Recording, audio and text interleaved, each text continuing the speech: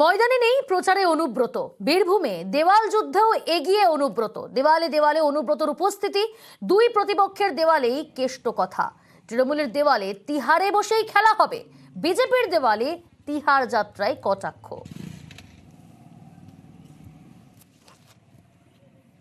সংস্কৃতি নিয়ে প্রচারে আমরা বিশ্বাসী নই। যে তিহার থেকে খেলা হবে যেখানে লিখেছে সেইখানে তিহারে খেলতে গেলে যে আরও লোক চায় আর তারা যে আরও বসে আছে অপেক্ষায় তার ডাকের আশায়, সেই জন্য পাশাপাশি তাদেরকে মনে পড়িয়ে দেওয়ার জন্য পাশেই লিখলাম। আমাদের লেখাটা দেখেও চিন্তা করে যে হ্যাঁ এরপরে আমাদের বাকিগুলোও যাবে ওখানে। ওনারা চাইছেন ওনাদের কিছু করার ক্ষমতা নাই, সিবিআই ইডিকে দিয়ে বাকি নেতাদিকে যদি এমনি করে হ্যারাসমেন্ট করে ডাকা যায় তাহলে বোধহয় ওরা নির্বাচনী বৈতরণী পার হতে পারে। সেগুলো বলি সেটা কিছু হবার নেই। যাকেই যেভাবেই চাপ সৃষ্টি করুন না কেন তৃণমূল জিত, সেই তো তাদের এখানে কেউ দাঁড়াতেই চাইছে না। তো যাই লিখুক না কেন মানুষ বুঝে গেছে যে কিভাবে ওরা নির্বাচনী বৈতরণী পার হতে চাইছে। ভয় তো পেয়েছে, সারা জীবন ভয় পেয়ে গেছে, আজকে নতুন করে নয়। ভয় তো পায় অনুব্রতকে, সেটা তো প্রমাণিত।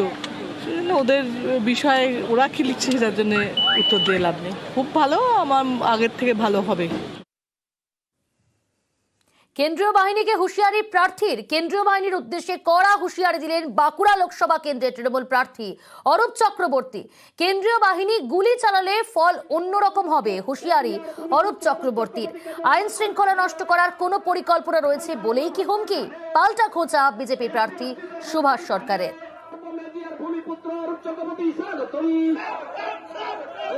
আরে ভাই, কেন্দ্রীয় বাহিনীকে আমরা গোলাপ ফুল দিয়ে স্বাগত জানাবো। শান্তি শৃঙ্খলা রক্ষা করো, গুলি চালাবে না। গুলি চালালে ফলটা আলাদা হবে।